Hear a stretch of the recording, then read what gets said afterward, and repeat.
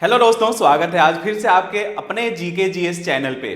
दोस्तों, हमने इस चैनल पे रोज कुछ ना कुछ नई चीजें हिस्ट्री के बारे में सीखते हैं। तो इसी में हमने पिछले के वीडियो में salt march, Rowlatt act, non cooperation movement, Champaran movement, खैरी चौरी चौरा इंसिडेंट, ये सारी चीजें हमने देख लिया है। आज के वीडियो में हमने सिविल डिसोबीडियंस मूवमेंट देखनी, कैसे सॉल्ट मार्च खत्म हो गया था और वहां पे आपको बताया था कि सॉल्ट मार्च से ही शुरू हो गया था सिविल डिसोबीडियंस मूवमेंट। अब इसके लिए क्या चीजें सिचुएशन जिम्मेदार थी इस मूवमेंट होने के लिए, और गांधी जी ने इस मूवमेंट को कैसे सपोर्ट किया और कैसे मास गैदरिंग की और बढ़ चढ़ के लोगों ने इस मूवमेंट में शामिल हुए, ये सारी चीजें हमने आज के वीडियो में देखनी है। तो आप पूरे लेक्चर को अच्छे से सुनना, आपको ये पूरी चीजें सिचुएशन कहानी की तरह समझनी है और जो जो ईयर जो होती है वो आपको अपने नोट डाउन कर लेना है जहां से पेपर में क्वेश्चन आते हैं। अब यहां पे देखो, ये जो मूवमेंट हुआ था, ये मूवमेंट उसी तरह से था जैसे नॉन कोऑपरेशन मूवमेंट हुआ था। नॉन कोऑपरेशन मूवमेंट 1921-22 में हुआ था, लेकिन इस मूवमेंट के साथ एक चीजें और ऐड हो गई कि अब हमें कॉलोनियल लॉ को भी ब्रेक करना था ब्रिटिशर्स का।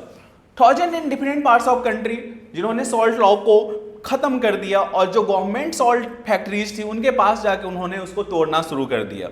पीजेंट जो थे उन्होंने टैक्स देना मना कर दिया और जो भी टैक्स होते थे, चाहे रिवेन्यू, चौकीदारी, जो विलेज ऑफिसर थे उन्होंने रिजाइन देना शुरू कर दिया और काफ़ी सारे लोग जो थे उन्होंने फॉरेस्ट लॉ को वायलेट करना शुरू किया और धीरे धीरे उन्होंने लकड़ी काटना शुरू किया। मतलब पूरी तरह से ब्रिटिशर्स का इन्होंने बाइकआउट करना शुरू कर दिया।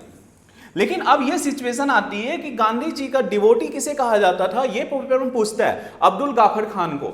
आपको ये याद रखनी है कि गांधी जी का डिवोटी कौन था, तो अब्दुल गाफर खान। इनको अरेस्ट कर लिया जाता है 1930 में। अब जो भीड़ थी जो शांति ढंग तरीके से प्रोटेस्ट कर रही थी, अब वो गुस्से में आग लगाना शुरू किया, गाड़ियों में आग लगा दिए, काफ़ी सारे लोगों की हत्या हो गई। जो पीसफुल सत्याग्रह चल रहा था अब उस पर अटैक होना शुरू हुआ, वोमेन, चिल्ड्रेन सबको मारना शुरू कर दिया ब्रिटिशर्स ने और लगभग 1 लाख लोगों को अरेस्ट कर लिया। अब आप सबको पता है कि नॉन कोऑपरेशन मूवमेंट भी महात्मा गांधी जी ने वायलेंस की वजह से वापस लिया था और वो वायलेंस था चौरी चौरा इंसिडेंट। उसी तरह से इस मूवमेंट में भी अब वायलेंस होने लगा तो महात्मा गांधी जी ने तुरंत इस सिविल डिसोबीडियंस मूवमेंट को रोक दिया, decided to call off the movement and entered in a pact with Lord Irwin. Lord Irwin के साथ इन्होंने समझौता किया 5 मार्च 1931 को। अब ये समझौते में क्या होता है ये हमने आगे देखना है। उससे पहले आपको ये सबसे इंपॉर्टेंट क्वेश्चन आपके कंपटीशन एग्जाम के ये काफी ज्यादा जरूरी है कि राउंड टेबल कॉन्फ्रेंस कितने हुए थे, कौन कौन से मंथ में हुआ था, कौन से ईयर में हुआ था। तो आपको ये याद रखनी कि राउंड टेबल कॉन्फ्रेंस 3 हुए थे। फर्स्ट राउंड टेबल कॉन्फ्रेंस नवंबर 1930 से लेके जनवरी 1931 तक चला था, ये आपको इसमें याद रखनी है। सेकेंड राउंड टेबल कॉन्फ्रेंस सितंबर 1931 से लेके दिसंबर 1931 तक चला। थर्ड राउंड टेबल कॉन्फ्रेंस नवंबर 1932 से लेके दिसंबर 1932 तक चला। मतलब बेसिकली यदि आप याद रखो तो ये 30 और 31 19 और ये आपका 31 में ही चला था और ये आपका 32 में चला था। इसीलिए यहाँ पे हमने लिखा हुआ है कि 1930 से लेके 1932 के बीच में ही तीनों राउंड टेबल कॉन्फ्रेंस हुए थे। अब यहाँ से क्वेश्चन ये आता है कि कौन सा ऐसा लीडर था जो तीनों राउंड टेबल कॉन्फ्रेंस में पार्टिसिपेट किए थे। तो आपको याद रखनी है कि डॉक्टर BR अंबेडकर जी, ये जो थे ये तीनों फर्स्ट और सेकेंड राउंड टेबल कॉन्फ्रेंस और थर्ड राउंड टेबल कॉन्फ्रेंस तीनों में पार्टिसिपेट किया था। Mahatma Gandhi ji first round table conference में पार्टिसिपेट नहीं किया था क्योंकि कांग्रेस पार्टी ने फर्स्ट राउंड टेबल कॉन्फ्रेंस को बाइकआउट किया। तो Mahatma Gandhi ji second round table conference में पार्टिसिपेट करते हैं। ये आपको अच्छे से याद रखनी है, ठीक है। अब हमने आगे देखनी है कि दिसंबर, गांधी जी अभी आपको बताया कि Gandhi ji second round table conference में पार्टिसिपेशन करते हैं और ये second round table conference London के अंदर होता है और गांधी जी जाते हैं उसमें पार्टिसिपेट करने के लिए, लेकिन उनकी निगोसिएशन जो होती है वो अच्छे से नहीं होती है और फिर वो डिसअपॉइंट होके वापस आ जाते हैं इंडिया। और यहाँ पे अब लोगों में फिर से जोश भरते हैं कि हमें फिर से सिविल डिसोबीडियंस मूवमेंट स्टार्ट करनी है। आपसे पेपर में ये क्वेश्चन पूछता है कि सिविल डिसोबीडियंस रीलॉन्च कब हुआ, तो सिविल डिसोबीडियंस रीलॉन्च हुआ था 1932 में, लेकिन ये मूवमेंट चलते चलते 1934 तक आते आते इसने अपना मोमेंटम पूरी तरह से लॉस्ट कर लिया और ये मूवमेंट बंद हो गया। तो मूवमेंट स्टार्ट हुआ 1930 में जब सॉल्ट दांडी यात्रा शुरू हुई थी उसके बाद ये मूवमेंट फिर चला, लेकिन फिर रुक गया और फिर ये मूवमेंट जो है रीलॉन्च हुआ 1932 और फाइनली 1934 में ये पूरी तरह से बंद हो गया।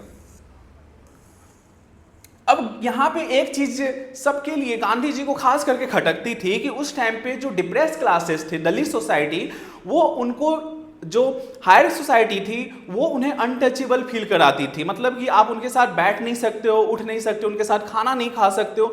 तो गांधी जी ने दुनिया को, मतलब देश के हमारे लोगों को कहा, हायर सोसाइटी के, कि यदि हम लोग इकट्ठे नहीं होंगे तो हमें 100 साल तक भी स्वराज नहीं मिलने वाला है, वो सपना ही सपना रह जाएगा। क्यों? क्योंकि आप एक ग्रुप को अनटचेबल फील करा रहे हो, तो वो तो अपने आप को सोसाइटी में अलग थलग समझ रहा है, तो वो आपके मूवमेंट को कैसे सपोर्ट करेगा?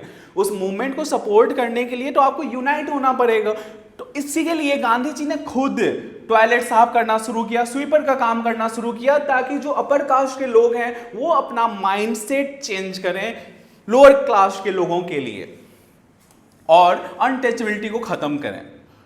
अब यहां पे आता है कि डॉक्टर बी.आर. अंबेडकर जो थे, इन्होंने दलितों का एक ग्रुप बनाया और वो ग्रुप था आपका डिप्रेस क्लास एसोसिएशन।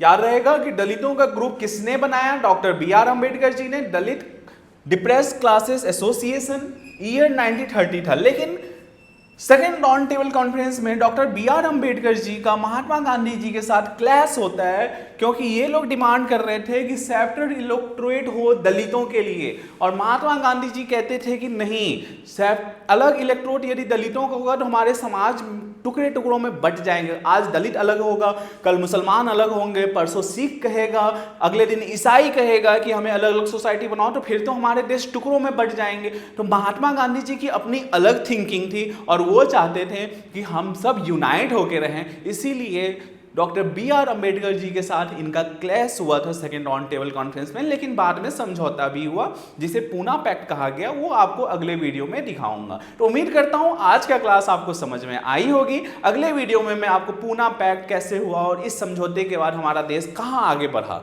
ठीक है? तब तक के लिए thank you and have a nice day.